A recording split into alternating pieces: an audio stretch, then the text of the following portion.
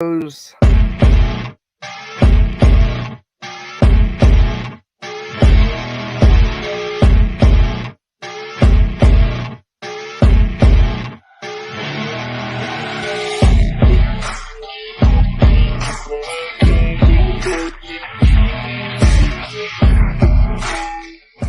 You are watching the Powder Out Podcast. Woo! Well, Before we get started, can you play that again? I love that music. okay, we'll get.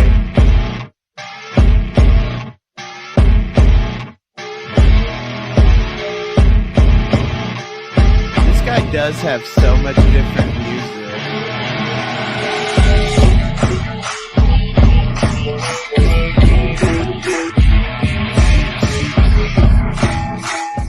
You are watching the Powder Out Podcast.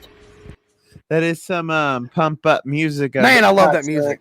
I still think that one Michael looks like a meth head. Now he looks like, I don't know. I give you more of a, you're not porn star today. You look more like really Magnum PI. I think he looks like an 80s serial killer.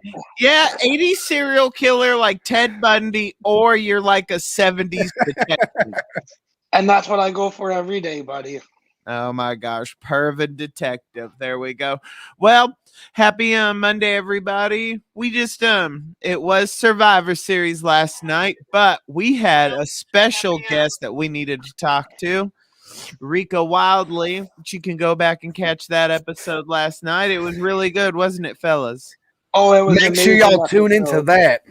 That was tune in, go watch it, like it, unlike it if you like, because it's still a like. Oh, still counts as algorithm. So we're always like it again. Yeah, like it. Okay, so let's jump right into the kickoff show. Did any of you catch the Shinsuke or Damien, or have any thoughts on that? Because I feel like it's just I'm a really big Nakamura fan, so whenever Nakamura is on screen, it's always a good match. He is a very, very technical, but I think that's what just New Japan is. It's not all flashy, and it is more the high fly. That's all I've seen. Okay, then after that, now we go into the first match there, and let's just go in time. It was Becky Lynch versus Charlotte Flair, which those two have wrestled so many times. Yeah, it's a boring, drawn out match. Yeah, and I heard rumors that Charlotte wants to leave. Like, I just saw that popping up that she's trying to get away, but WWE won't let her leave, actually. Contracts. Yeah. Oh, did y'all hear the rumors? I saw the buzz rumor mill for wrestling thing going around that her boyfriend, fiance, whatever, has, I don't know if there's trouble in paradise there or they broke up or whatever, but they made a big deal about it that he blocked her and deleted her off all social media. Oh my, there we go. Drama. What some wrestler that she was dating too? I think it was on Dondre, right? Yeah. He's in AEW now, correct. Okay. So now after that, then they go straight into the male Survivor Series, and you have it was Team Raw, Seth Rollins, Finn Balor, Kevin Owens, Bobby Lashley, and Austin Theory versus SmackDown. We got Drew McIntyre, Jeff Hardy, King Woods, Happy Corbin, and Sheamus. The hell, Happy Corbin? I'm gonna read whatever. I'm not even gonna get right. It's a lame excuse for a gimmick. Yeah, that's just sad. And Sheamus. So that's actually, I mean, they're putting in some good guys in that match. I wish they'd go back to the older days of Byron Corbin, the lone wolf kind of thing. That worked for him. That one. Not when he was Boss Corbin, he was a dick. But I don't know if you guys watched that match though. If you watch the beginning of it, Kevin Owens just completely walks out and powder outs on them. Yeah, Kevin Owens walks out and gets counted out of the match. Oh, really? Damn. Kevin I'm Owens. thinking it's going to be an AEW walkout. Nah. There's a lot of speculation of eventually Kevin Owens is trying to get over there to get back with a group of friends he started with, to wrestle with again and make shows with again, make memories again, kind of thing. But whether that happens or not, we don't know. But is it in the cards? Maybe. I feel like just AEW is getting all of the talent, but they're just because like SmackDown's killing them, so they're not really. Vince McMahon has never really said he's seen them as competition. I feel like they are for Raw now of it, but for talent acquisition, damn. Yeah. Well, this is the thing. There's only so much you can do with so many people with a certain amount of time. No matter how many shows you put in, you're gonna have to make a good. Like I said, they've made other shows, but granted, are they really using everybody to the extent of how they could be used with so much talent just flocked over there now? AEW Can needs everybody to be used in a good light? AEW needs to do something big soon. Like they brought in Punk, they're bringing in all of these people, but they're doing the same matches, the same storylines. Like they're getting into that era now. Oh no, they can't get stale. They need to go. But then we had I love these. I love the battle royales. And like I already see it, R-Truth, he's crazy, but a wonderful character. Oh yeah, R-Truth I is mean, great. R-Truth Ron is Killings. Yeah. R-Truth made the 24/7 title. The 24/7 title would have been just a flunk from the beginning if it wasn't for R-Truth. Oh, I know, right? He won it like 80 times or something. I hadn't seen that belt in a long time either, so I don't even know if that's a thing anymore. Little bit of tidbit of information about R-Truth. He opened up for Tupac around California for freestyle rapping back in the 90s. Didn't know that. Yep, he says it in his biography. Okay, well it says almost one. And after looking at the picture, because I didn't get it by the name, I do remember him, but I can't remember who he walks down with. But he's just one of those like enforcers, like the I 6 do foot believe tall. AJ Styles. AJ Styles, they was former tag team champions together. I like Almost. I think if I'm saying his name right, Almost, that's how it's spelled. That's how I'm gonna say it. If I'm chopping it up, oh well, he ain't gonna come over here and punch me. But Right. I like him. I like the character. He's this big statured of a man. He's he could be dominant if he can be used right by creative. If they can keep him going in the storylines, if they can get him into the training and better his abilities in the ring, I think he can be a mid-card to top contender in no time. I don't, because right now they're just kind of linked them up with AJ Styles as the enforcer. They're the tag team champions, but I think he could do more if they pushed him. I think so. And I like to see him. I'd like to see them do more with him. Yeah, maybe this is a slow way to push because I feel like, I mean, he hits what Vince McMahon likes. He hits the big man. I feel like that enforcer thing, like that's the thing. They released all their other big men. No, Big Show's not there no more. Braun Strowman's not there no more. They need a big man. Yeah, I can see him doing things like remember when they made him big men do like Big E is going to be a big thing. Remember when they made big men do weight training on Raw? I think they might take something like that because like he's huge and he's really good as a talent, but like he has to loosen some strings, tighten some loose strings up. Yeah, he needs to go there a little more. But then after that, then we go into the tag team match. You're echoing a little bit, Michael. But it was Randy Orton and Riddle, the RK Bro versus Jey Uso and Jimmy Uso. I did watch some of this, and that was a good match. But I It love was a really good Usos. match. And honestly, RK Bro is great. Like those are two good tag teams. They got chemistry. I like RK Bro. I They never come out, they do their see thing. Randy Orton in a tag team. Well, I've seen him in tag teams before, but there's always that heel turn with Randy Orton. But I don't know. This works. This works. I don't know what it is about it. The chemistry that they have, the charisma that they have, the ability that they have. This works for them. They're a great tag team. They come out, they do their thing. They wrestle. They do their thing there, and they're funny. It's this comedic. Yes, where you just don't normally see that with them. Yeah, they have a great. Riddle brings that out in Orton. Oh yeah, like you said, it's just a good chemistry of it. I am a Matt Riddle fan. Before I say this, but did you guys watch his stuff in UFC? No. Mm-mm. Oh, so good. He was so much better as an MMA fighter.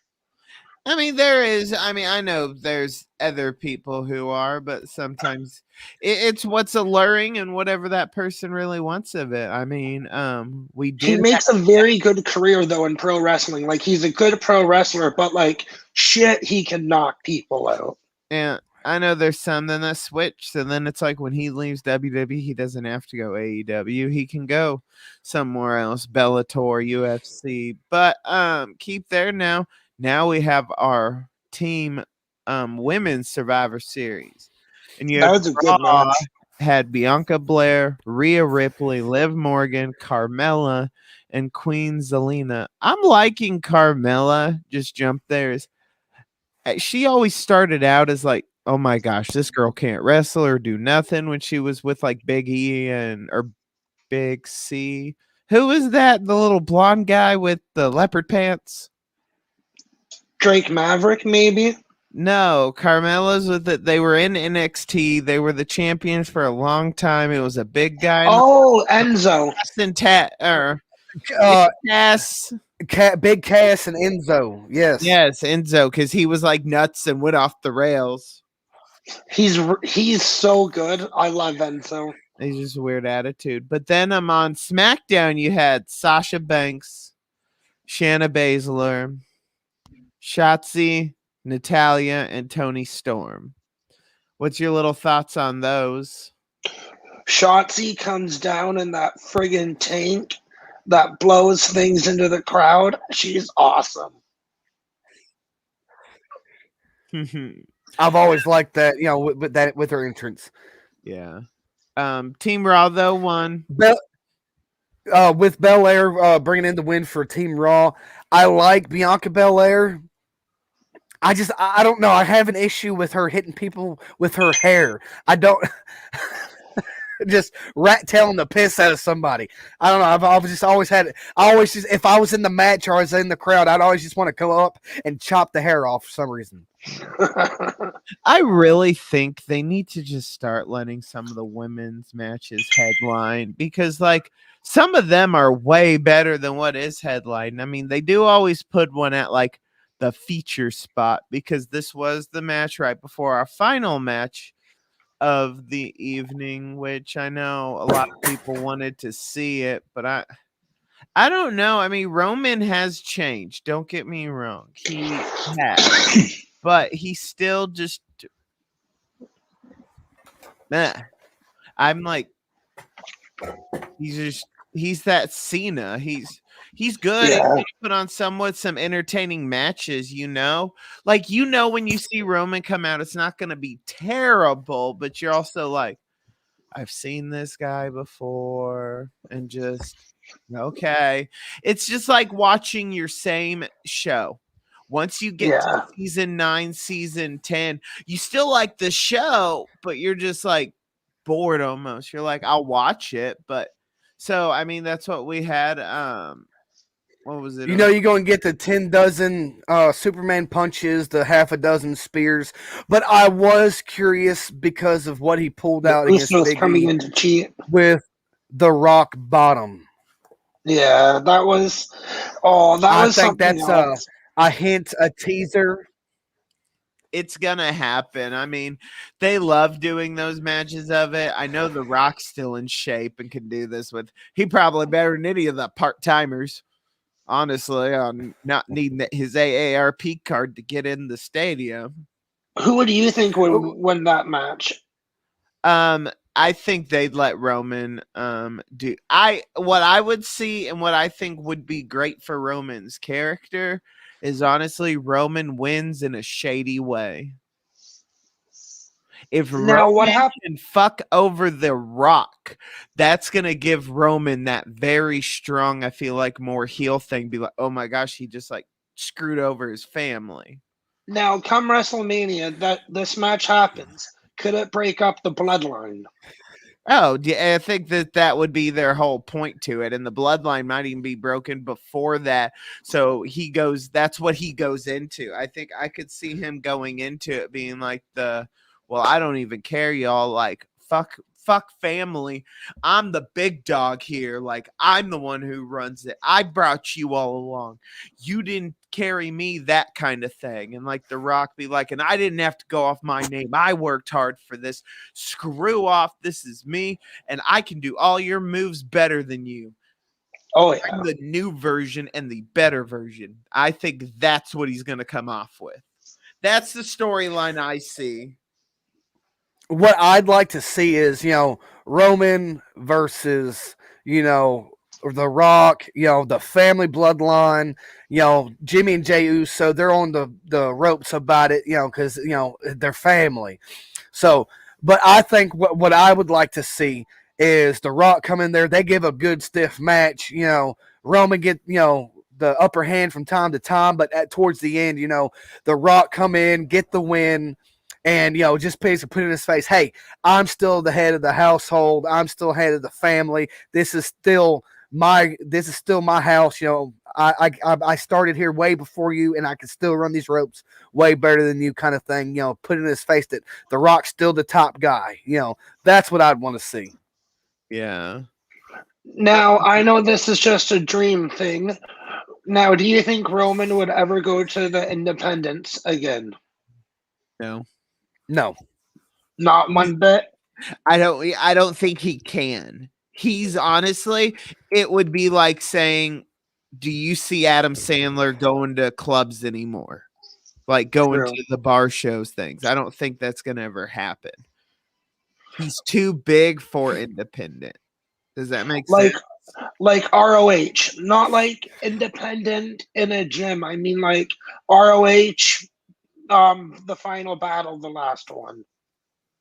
I mean, what No, I don't see that. I still think he's bigger than that. Like he's at the smallest I think he'd go is like Impact. True. That's like the shittiest he can go because he almost has to be TV, like Roman's TV. Yeah. So, but one thing I think I can see Roman doing is to get one of the titles that many others have traveled to get, and that's maybe seeing him go to New Japan just to get the IWGP title. I could see that. Yes, New Japan. I will say I could see that. Yeah, that would be cool. But so honestly, because that's a big thing. Final words. What's your final takeaways? I think honestly, mine. It was Survivor Series. It was plain. It was what you expected. The matches were there. I don't know. All their pay-per-views are like what it's been. You're like, okay, Team Raw versus SmackDown, and they go back and forth of who's better. Like, I don't even know who won Team Raw or SmackDown, but it really doesn't even matter. So, Timmy, landfill. Well, it was It was a pay-per-view. It was SummerSlam. It is what it is. You know, it wasn't the biggest spectacle that they've put on. It wasn't the best Survivor Series that I've watched and talked about or heard of, but it is what it is. It was they did a good job with it. They didn't it's not one of those that they flunked out on. And I think it could build off to other things towards the other pay-per-views, towards WrestleMania. So I know now then. But now we're slowly starting some other, and I am debating on, like, I'll just say my last thing. I'm Royal Rumble is gonna be 3 hours away from me. Oh shit. Are you gonna go?